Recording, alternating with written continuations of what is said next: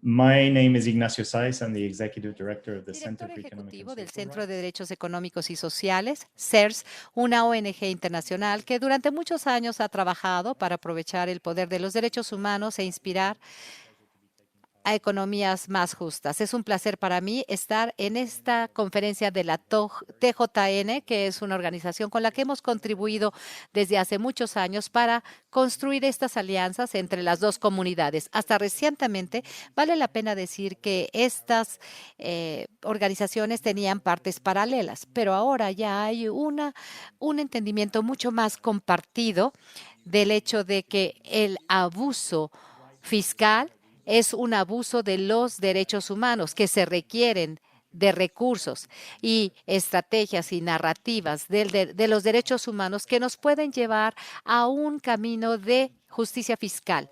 El reto es cómo lograr que estas normas, estrategias y narrativas sean mucho más eficaces para lograr la transformación de políticas fiscales que se necesitan para tener este enfoque de derechos humanos.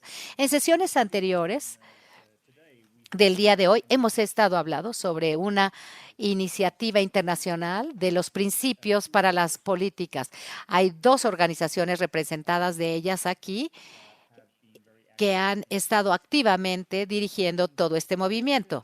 En la sesión que yo estoy presidiendo, vamos a detallar tres contextos específicos que nos ofrecen unas oportunidades para poder hablar sobre las dificultades de los derechos humanos. Estamos hablando de una transición, los procesos de la reforma constitucional y las luchas contra el flagelo de los flujos financieros ilegales.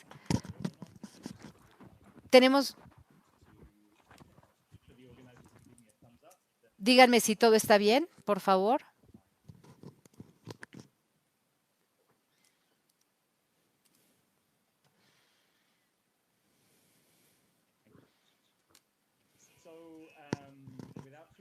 Bueno, ahora sí me gustaría presentarles a tres panelistas excelentes que están conmigo hoy. Alejandro Rodríguez Yach, investigador principal de estudios de justicia social en una organización de Colombia que se conoce como Justicia. Alejandro va a explorar las dimensiones fiscales de este proceso de transición en Colombia y la implicación al ignorar estos derechos humanos dentro del contexto. Después escucharemos a la directora ejecutiva de la iniciativa en Sudáfrica, Asha Rambogim, quien estará hablando sobre la utilidad de cobrar impuestos para combatir también el abuso tributario corporativo y los flujos financieros.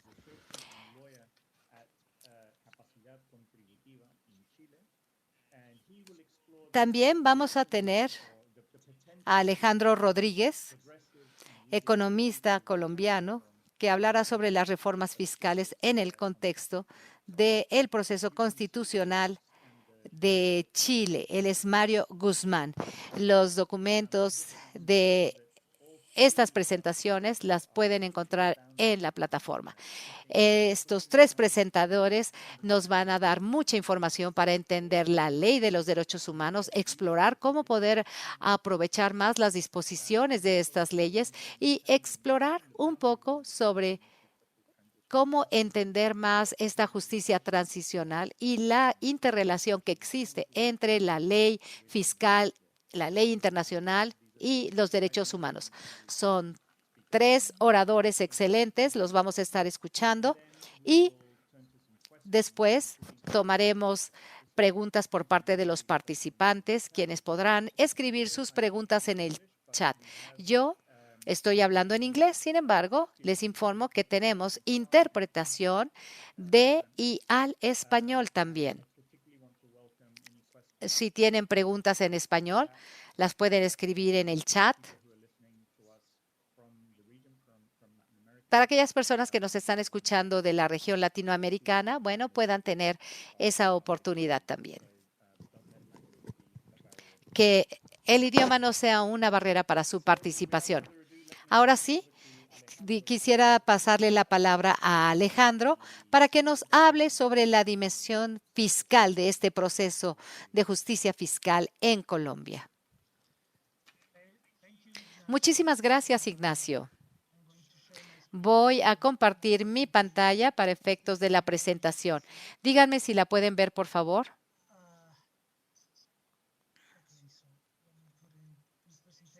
Lo voy a poner en modo de presentación. Gracias. Para mí es un gusto poder presentar el trabajo que hemos estado haciendo junto con mis colegas. Hemos estado trabajando en las políticas fiscales para las transiciones. El mensaje principal o los mensajes principales que quiero compartir aquí son los siguientes. Primero, el área de la justicia transicional se ha ido expandiendo hasta incluir también las preocupaciones socioeconómicas y puede ser algo retórico si no existe un verdadero compromiso por realmente recabar recursos fiscales. Esto es muy importante. Este compromiso requiere de asignar recursos hacia las políticas de redistribución, hacia políticas que puedan combatir las causas raíces de los conflictos. Y el tercer mensaje es que al utilizar el proceso transicional de Colombia, podemos mostrar cómo los mecanismos de justicia transicional son buenos mecanismos, pero si no tienen un vínculo con las políticas fiscales, no pueden avanzar con estas iniciativas y va a entrar en controversia con otros recursos y compromisos estatales con relación a los derechos humanos. Y esta paz minimalista se enfoca en los problemas de justicia transicional sin abordar los problemas relacionados con las violaciones a los derechos socioeconómicos que son la raíz del conflicto en muchos de los casos en Colombia. Antes de avanzar, quisiera darles un poco contexto sobre el conflicto colombiano. En la década de los 60, las guerrillas FARC surgieron como una guerrilla agraria en respuesta a una violencia bipartidaria, bajo acceso a la tierra y muy poca participación política por parte de los campesinos. En el 2016, el gobierno colombiano firmó un acuerdo de paz con las FARC para ir avanzando hacia una paz duradera y estable. Y sin embargo, desde entonces, estos grupos armados han estado teniendo confrontaciones, hay paramilitares también que van exacerbando este conflicto. Ese es el contexto. Y ahora quiero darles una definición de qué es la justicia transicional. Voy a usar la definición del Consejo de Seguridad de las Naciones Unidas.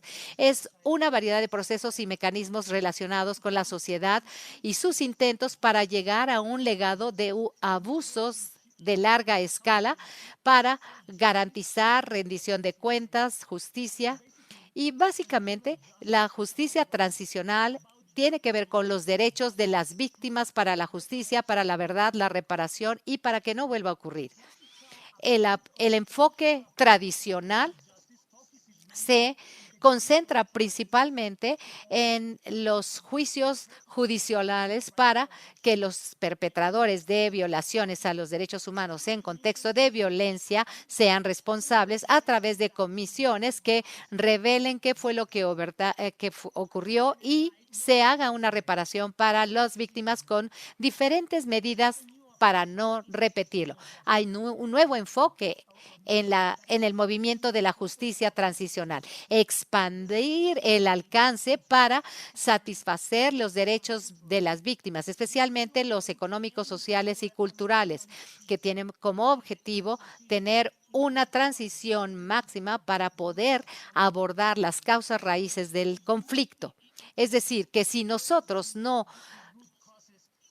abordamos las causas raíces en el proceso de justicia transicional, el conflicto no va a terminar porque las raíces quedan intactas. Ese es el nuevo enfoque. Lo que hemos visto es que estos procesos de justicia transicional no incluyen estos componentes, especialmente abordar los aspectos socioeconómicos, que son problemáticos porque este nuevo alcance es caro. Se necesitan recursos para financiar la construcción de capacidades para el gobierno en zonas que han sido azotadas por el conflicto, para construir hospitales, carreteras, sistemas de educación, todo lo que rodea el aspecto socioeconómico del conflicto. No hay suficientes recursos porque no hay un vínculo con las políticas y la expansión de la justicia transicional no va a progresar si es así. Así que tomamos el caso colombiano como un ejemplo. Hay un acuerdo del que ya les mencioné que incluye los aspectos socioeconómicos del acuerdo, como por ejemplo planes de desarrollo con un enfoque territorial que se basan en la disposición de buenos bienes públicos, reforma territorial, que tratan de atacar las causas raíces. Pero el problema es que todo esto no vino acompañado de una política fiscal adecuada, porque nosotros decimos que nuestra política fiscal colombiana está en disonancia, porque por un lado tenemos mucha presión legal por la Constitución. La Constitución incluye estipulaciones que le pide al gobierno que debe de transferir a los territorios suficientes recursos. Estas asignaciones tienen que ser progresivas año con año, pero por otro lado tenemos una presión política y económica para bajar la recolección fiscal. No tenemos una estipulación constitucional que garantice estos ingresos. Pero por otro lado, hay otros aspectos que tienen que ver con la economía política de la política fiscal que hace que el sistema tributario sea regresivo e ineficaz. Hay una proliferación de impuestos que son muy bajos para los ricos y que hace que el ingreso tributario sea muy bajo en Colombia. Es el de los más bajos en Latinoamérica, en el Caribe y mucho más bajo del promedio de los países de la OCDE. Aquí es donde tenemos que trabajar. Cuando lo que hemos visto es que las élites políticas en Colombia nunca han tenido un pacto fiscal para tener un cambio estructural en las transferencias nacionales para los territorios subnacionales. Como resultado, hay cortes presupuestarios desde el 2017 para las instituciones que están a cargo de aspectos claves vinculados con la emergencia y persistencia del conflicto en las áreas rurales, acceso a la tierra, desarrollo rural y económico. Desde el 2017 se han presentado cortes presupuestales y eso es una tendencia que necesitamos cambiar para que haya una asignación progresiva de los recursos. El gobierno colombiano no tiene los recursos para hacerlo. Y para cerrar, algunas conclusiones sobre mi documento. La justicia transicional ha ido avanzando hacia aspectos socioeconómicos, pero si no se logra tener este vínculo con las políticas fiscales, simplemente será una promesa retórica. La política fiscal progresiva guiada por los principios de los derechos humanos es clave porque puede movilizar los recursos para satisfacer los derechos socioeconómicos de las víctimas y hay que hacerlo al mismo tiempo que se redistribuye el ingreso y la riqueza. Y por último, el caso colombiano muestra que sin un compromiso con la política fiscal es solamente una paz minimalista que se concentra solamente en el enfoque clásico de la justicia transicional. Sin embargo, no aborda los aspectos socioeconómicos que le dan razón al conflicto. Entonces hay el riesgo de recaer en el conflicto. Estas son mis conclusiones. Muchísimas gracias. Excelente. Muchísimas gracias, Alejandro. Gracias por entrar en detalle en los vínculos entre la parte tributaria, justicia transicional y los derechos humanos. Has explorado una área de investigación y acción muy importante. Le quiero dar la palabra a Asha. Ella está en Sudáfrica. Ella ha visto el contexto transicional de muchos otros países y quiero saber si hay algo de esto que resona con ella. Pero quiero dejar esta pregunta para el final de la área. Tienes 7 minutos para su presentación. Enfoquémonos en ese tema y luego ya podemos hacer algunas conexiones. ¿De acuerdo? Gracias. Muchísimas gracias, Ignacio. Ciertamente fui haciendo algunas notas que las quiero mencionar después.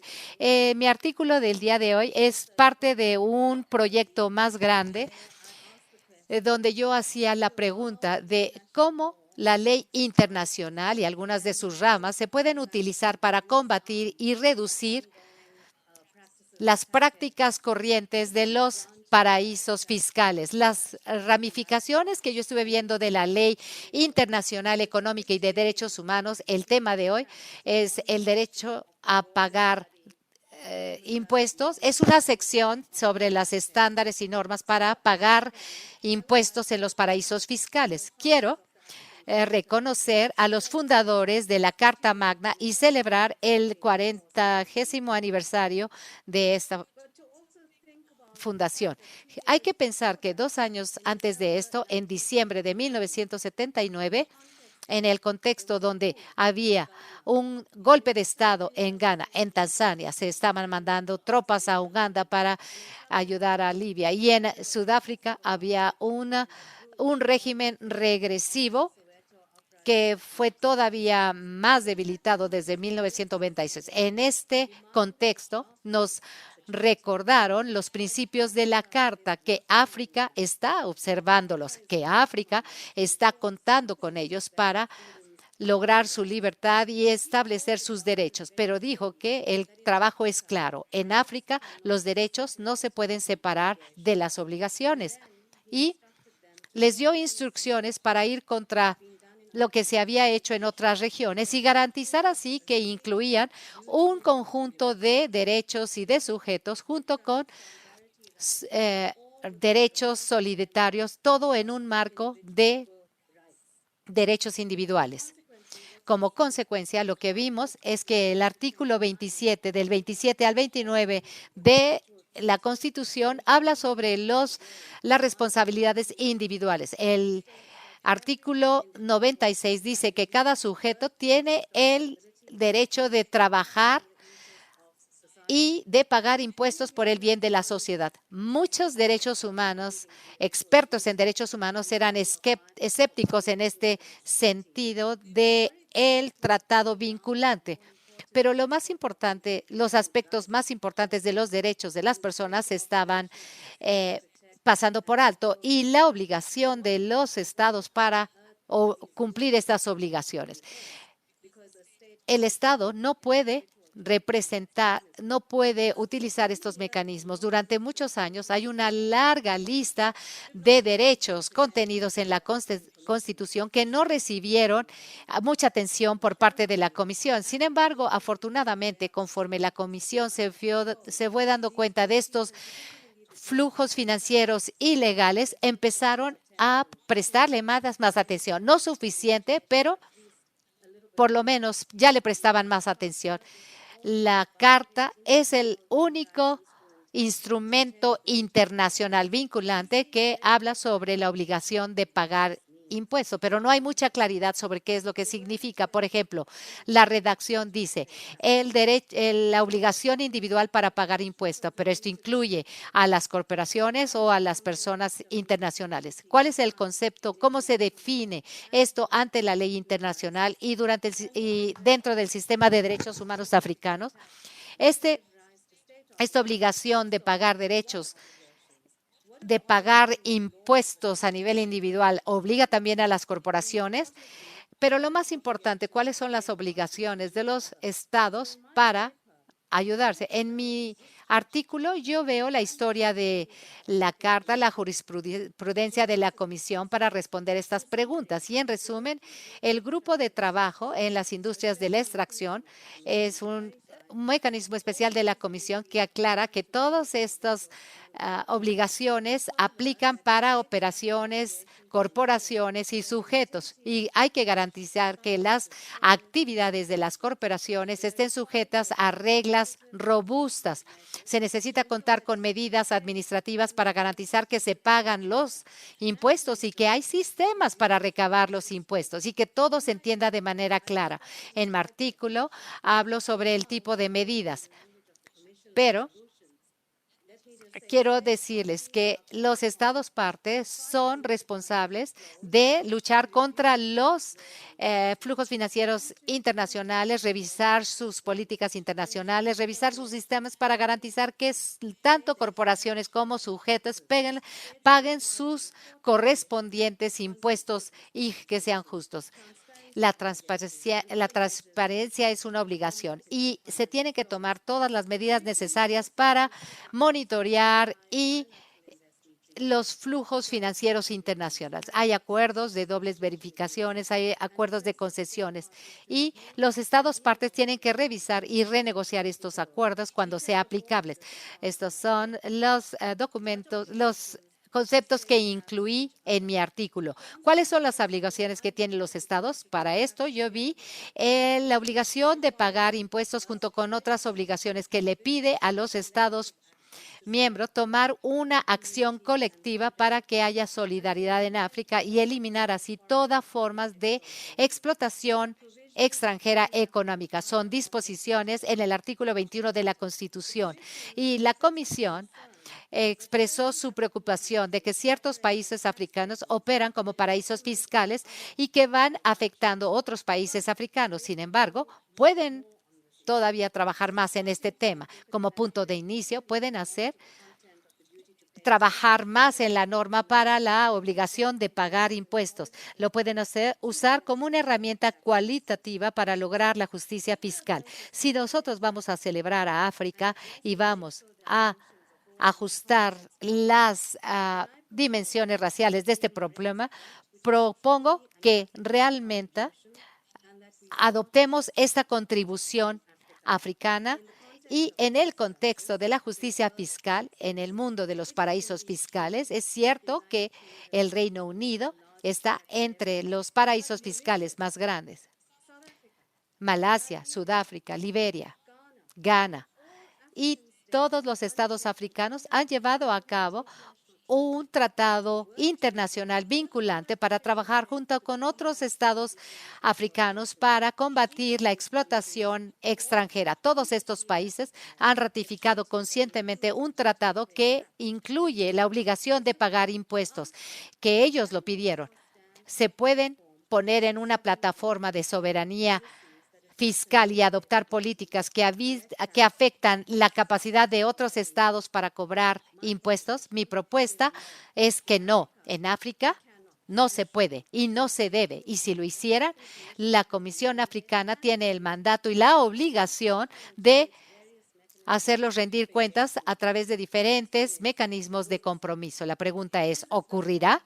Es en este punto donde yo respondo. Hemos aprendido sobre las diferentes alternativas de políticas que muestran reglas sorprendentes. Hemos atestiguado los delitos preguntando por qué me detienen, que cuestionar a mí. Hay una comisión que opera más bien como una organización de la sociedad civil que una entidad para monitorear el tratado. Y tenemos un sindicato africano que tiene intereses en mantener el status quo. Me pregunto, ¿qué es lo que Julius Nyerere, Leopold Krumah dirían estos hombres y mujeres? Y quiero terminar repitiendo las palabras de Sango para todos nosotros. La gente de África, los pueblos de África nos están observando. La gente de África están contando en todos nosotros, no nada más los que están en África, sino todos en el mundo. No hay que justificar a los líderes, sino más bien implementar el derecho y basarnos en el principio de la solidaridad, darle sustancia a la obligación de pagar impuestos, como lo dice la Constitución. Ayer dijeron que no debemos concentrarnos en los derechos humanos y en la campaña fiscal popular. Hay que ver las estrategias dentro del marco de los derechos humanos como algo a nivel internacional, regional y local que puede complementar todas las estrategias para lograr justicia fiscal y para construir una sociedad mucho más legal y equitativa. Muchísimas gracias. Ignacio, de regreso contigo. Excelente. Excelente por esta exploración que has hecho sobre el derecho a la obligación a pagar impuestos en este contexto histórico. Y hablaste muy bien sobre el potencial de poder trabajar en estos temas de abuso y falta de Estado de Derecho en la región. Vámonos a pasar ahora a Chile, en un contexto que no necesariamente tiene que ver con la transición, pero que me parece que es el contexto de la transición social que todo el mundo espera y que va a ser toda una inspiración. No es una transición post-conflicto, es una transición detonada por ciudadanos del día al día que han estado exasperados por los estados de la economía y luchan por su dignidad y sus derechos. ¿Nos puedes hablar, Mario, sobre las promesas y el potencial de Chile y su proceso de transición, por favor? Muchas gracias. Saludos a todos los que nos están viendo. Especialmente agradezco a la organización Red de Justicia Fiscal, a la Alianza Global, a BEA y mis colegas de Capacidad Contributiva en Chile y a todos los que han hecho esto posible y a Alejandro y a Asha por sus buenas contribuciones. Estamos aquí para que hablemos de la importancia de la justicia fiscal y qué es lo que tiene que ver con Chile. En octubre del 2019, una onda de descontento social inundó el movimiento internacional buscando cambios estructurales en la Constitución y sistema legal de Chile. Los ciudadanos exigieron cambios en salud, economía, seguridad social, educación y también en asuntos ambientales. Después de varias protestas y violaciones a los derechos, se hizo un plebiscito para decidir el destino de una nueva constitución. Una mayoría abrumadora de chilenos aprobó que se redactara una nueva constitución en un convenio sin que participaran los miembros del Congreso. Este convenio ahora es el cuerpo más representativo de la diversidad chilena, en un gesto histórico encabezado por un líder mapuche indígena que es una mujer.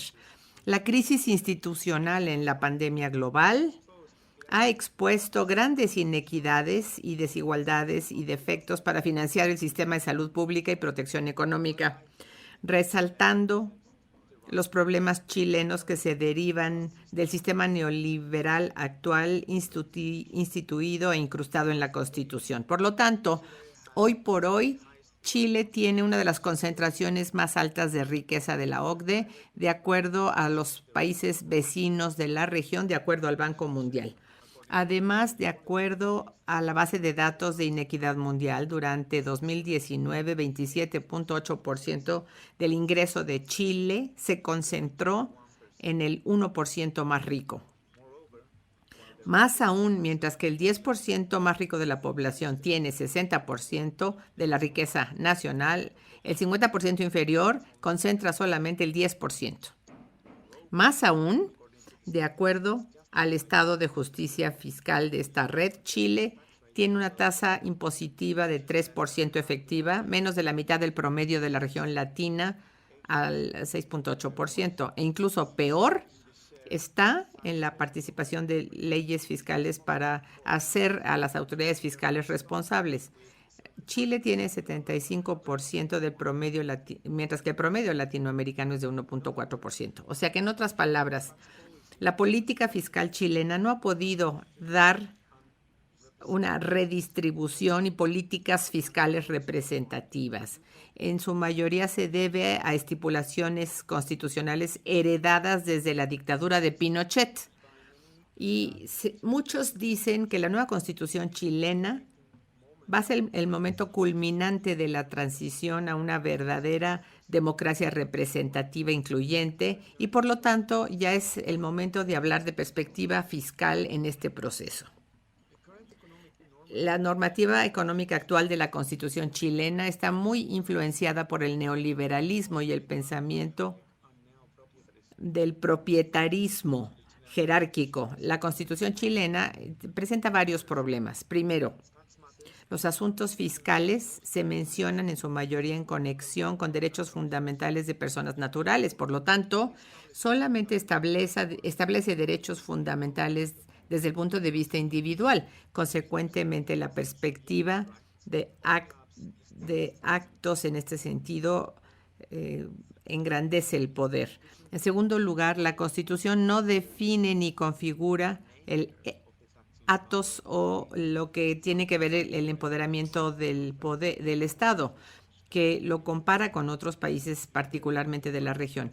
Ni la Magna Carta establece esta contribución, mientras que el principio de compartir las cargas fiscales en un aspecto formal como un material y un enfoque vertical nada más.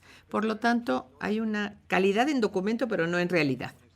Finalmente, sobre asuntos fiscales, la Constitución da competencia exclusiva al presidente de la República, mientras que en el resto del mundo este poder se extiende a otras entidades, a otros cuerpos. Las reglas fiscales constitucionales no han logrado distribución equitativa ni igualitaria entre los socios. La tributación es muy agresiva, que se basa en impuestos que afectan a los hogares más pobres, mientras que los ricos pagan menos tasas impositivas.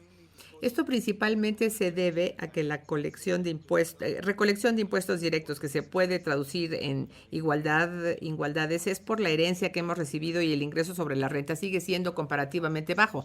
No hay exenciones, por ejemplo, exenciones fiscales para bienes y artículos en la canasta familiar básica. Sin embargo, sí hay varias excepciones de impuestos para empresas y sobre ingreso de capital. Los hogares de primer nivel pagan una mayor proporción de impuestos sobre su ingreso que los ricos, que tienen desigualdades entre los ciudadanos. Lamentablemente, esto especialmente se ve entre las mujeres. Esto da como resultado la mala configuración del poder fiscal. Entonces, ¿cuál es nuestra propuesta? Nuestra propuesta y principios para la nueva Constitución se enfocan en la necesidad de referirnos expresamente al deber de contribuir para legitimizar la redistribución de la riqueza a través de una política fiscal, y también que sea muy clara la responsabilidad no solamente de las personas naturales, pero especialmente de compañías en estos puntos. En segundo lugar, el principio de generalidad y universalidad para poder tener un sistema fiscal que sea más democrático y que se entienda y lo respeten los ciudadanos. En tercer lugar, transparencia, particularmente cuando se trata de la publicidad de registros e iniciativas como los informes de país a país. Cuarto, capacidad impositiva y calidad fiscal, que a menudo es alterado por planeación fiscal y por excepciones que no se asocian con costos, y lamentablemente también demasiado a menudo vemos que hay falta de cumplimiento que hace imposible poder enfrentar las responsabilidades, no solamente de corporaciones, sino de gerentes y establecimientos de corporaciones multinacionales. Y luego tenemos progresividad, una perspectiva de género en la en la tributación. Nos llevaría mucho tiempo poder explicar uno a uno estos principios, pero si me pidieran resumir, este proceso de la Constitución nueva implica que hay un consenso de que la crisis que afecta al país en la región hace necesario que se incremente la recaudación de impuestos sin tener que el temor de afectar a la base o que haya afectaciones a los movimientos sociales. Será necesario reconfigurar el sistema fiscal para financiar reformas fiscales que fueron la base de las normas de los derechos sociales. El principio de solidaridad no tiene que ver con el principio fiscal, sino más bien un principio general y nos podría ayudar de esta manera.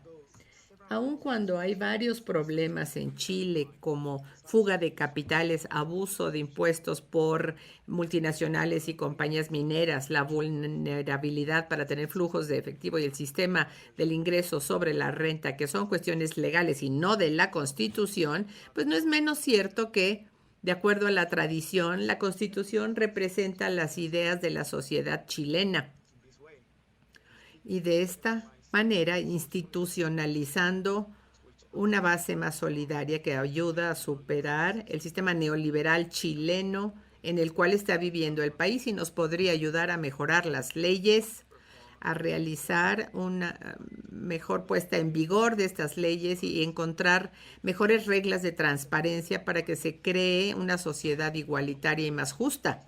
Estoy consciente de que Chile nunca ha tenido una mejor oportunidad para alcanzar esto que el tiempo presente. Gracias por escucharme. Gracias, Mario, por esta nota esperanzadora. Pues a mí me sorprende ver cuántas cosas y similitudes hay entre las tres presentaciones, la importancia de promover la concientización de los deberes como parte del proceso chileno que se relaciona con el trabajo que también Asha nos mencionó sobre la iniciativa para desarrollo de derechos humanos en África.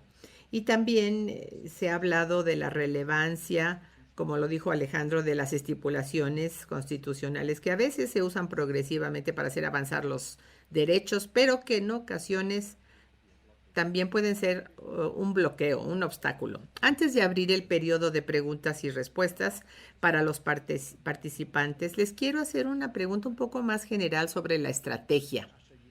Asha, mencionaste y nos indicaste, creo que fue ayer o más temprano en la mañana, que pensemos cómo las estrategias de derechos humanos complementan el trabajo sobre la justicia fiscal. Hay muchas maneras para darle efecto a los derechos humanos. Se pueden dar derechos humanos efectivos en las calles, con manifestaciones en las calles, liberalización, con retos a las decisiones o dictámenes de los tribunales. Una manera para tener un efecto en los derechos humanos es usando los mecanismos para derechos humanos de rendición de cuentas, que pueden ser por tribunales constitucionales, sistemas regionales fiscales. Mi pregunta para todos ustedes. Asha, mencionaste algo de la comisión que se fundó en tu capacidad. ¿Qué podemos hacer? ¿Qué tiene que hacerse para que estos mecanismos para poder poner en vigor sean debidamente supervisados y que respondan más a cuestiones de justicia fiscal? Hay otro lado de esto. ¿Qué podemos hacer para que los mecanismos tengan gobernanza fiscales y que respondan más a cuestiones de derechos humanos? Trabajamos en estos dos frentes, pero como viene de la perspectiva de derechos humanos, yo le pregunto, ¿qué podemos hacer? ¿Qué experiencia positiva se puede hacer en este contexto en el que estamos trabajando para que los mecanismos para supervisión de derechos humanos sean más efectivos y que respondan a cuestiones como justicia fiscal? ¿Quién quiere tomar la palabra? Asha, ¿Estás lista para hablar? Sí, definitivamente. Este enfoque que tengo hacia los derechos humanos es ligeramente diferente de otros. Yo no sé si conocen a Ashi, que es un pensador marxista radical que piensa que los cambios deben enmarcarse dentro de derechos humanos. Él dice como corporaciones globales y el proceso de suplantar la declaración de los derechos y el paradigma en los derechos humanos para dar derechos humanos de una forma amigable. Hay un peligro aquí de que nos veamos atrapados en redes de este tipo. Yo vengo de una situación en la cual las protestas que vemos en la calle, de las que hablábamos, siempre se hacen en conjunción con abogados listos a expandir el espacio para nosotros, que en esos días éramos estudiantes, para hacer protestas como obtener el permiso para una marcha o cuando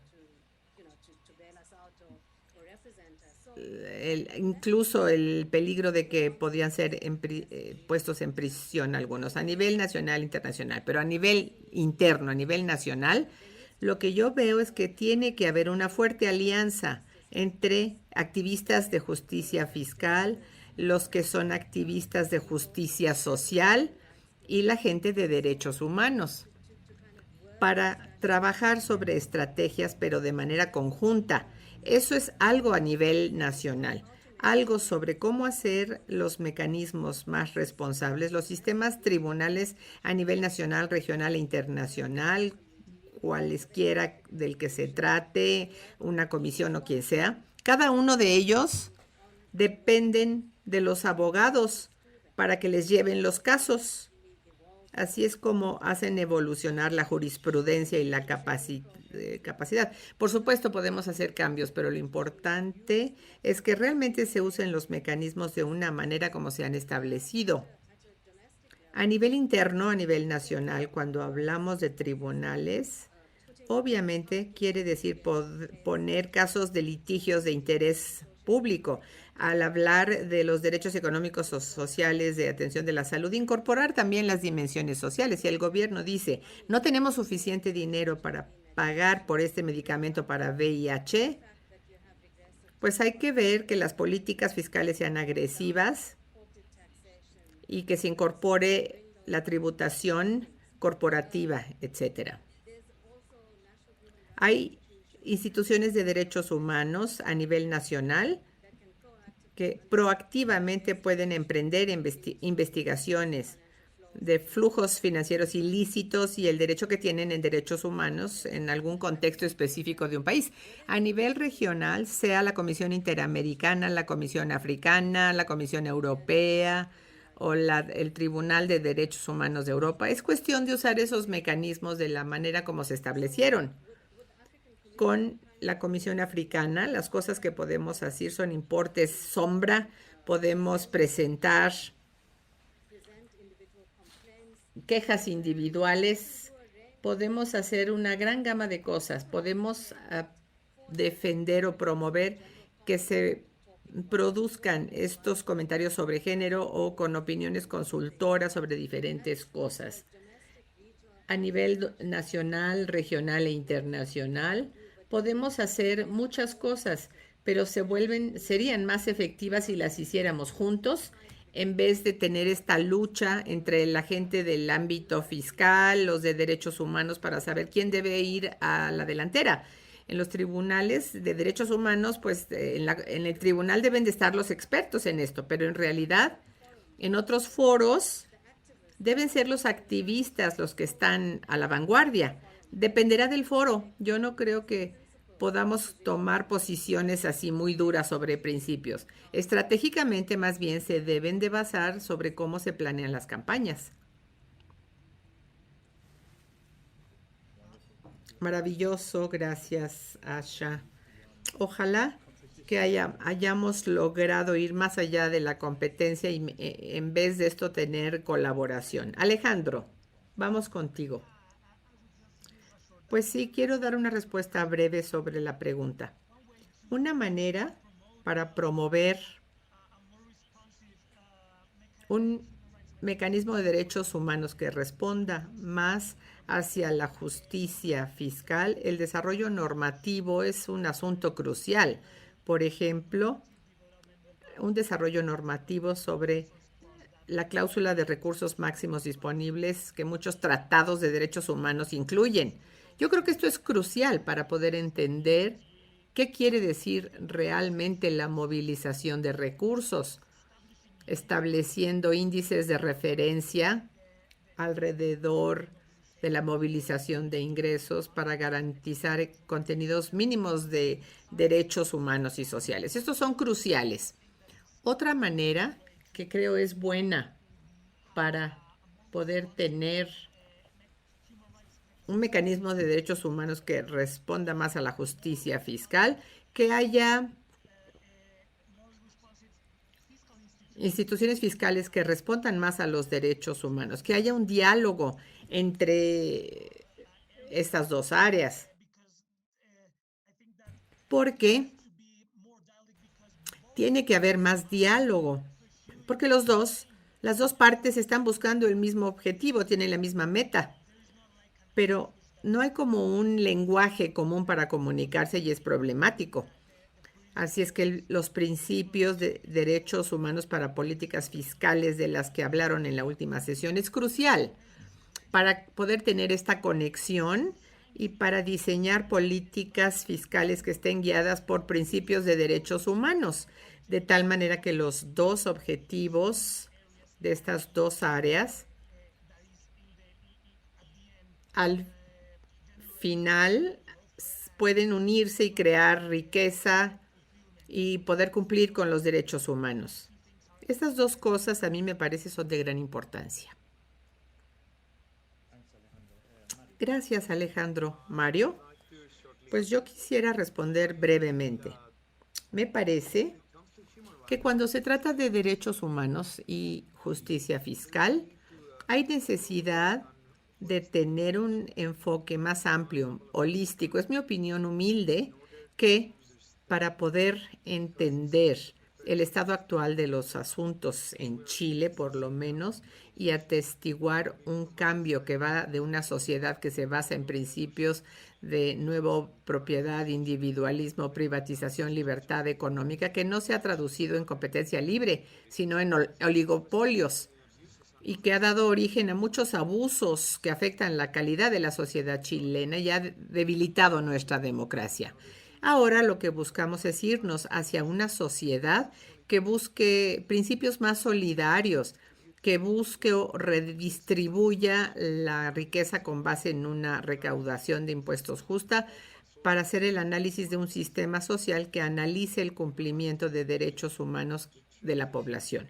La verdad es que, debido a la naturaleza regresiva de la tributación prevaleciente, hay grupos que se afectan más que otros y especialmente es serio cuando se trata de las mujeres. Por ejemplo, tenemos inserción laboral de las mujeres que es de menos del 40%. Por lo tanto, las mujeres, que son la mitad de la población, pero que son excluidas del trabajo formal en la sociedad chilena, también se tienen que enfrentar a una proporción más baja que los hombres, pero está más acentuado esto en los indígenas, en las mujeres y en los hogares más pobres. Si queremos reforzar la democracia, si queremos tener un país más transparente, requerimos de enfoques nuevos desde la perspectiva fiscal que realmente no tenemos por el momento. Yo creo que ese es el reto. Puede haber muchas discusiones sobre cómo lo podemos abordar, puede haber varias ideas y motivo para un debate interesante en Chile, pero eso es lo que querría yo documentar. Gracias por estas respuestas y nos quedan 8 minutos porque debemos terminar totalmente a tiempo. Tenemos 2 preguntas de participantes y porque están muy relacionadas. Liu Colland, de la Red de Justicia Fiscal, tiene la primera pregunta. Un querido colega, márcale, por favor. Y que nos pregunta, más allá de investigación técnica y análisis, ¿cómo podemos lograr involucramiento popular con la imposición o la tributación con respecto a derechos humanos? ¿Qué herramientas necesitamos? ¿Cuáles son los espacios que deben ser el objetivo?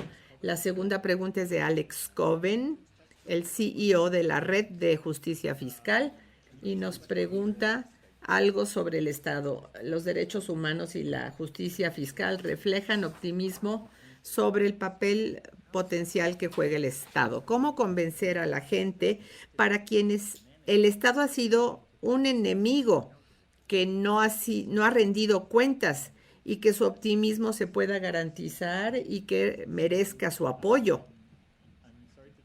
Lamento decirles que no tienen más de 2 minutos cada quien para responder esta pregunta y los voy a cronometrar porque va a sonar la campana.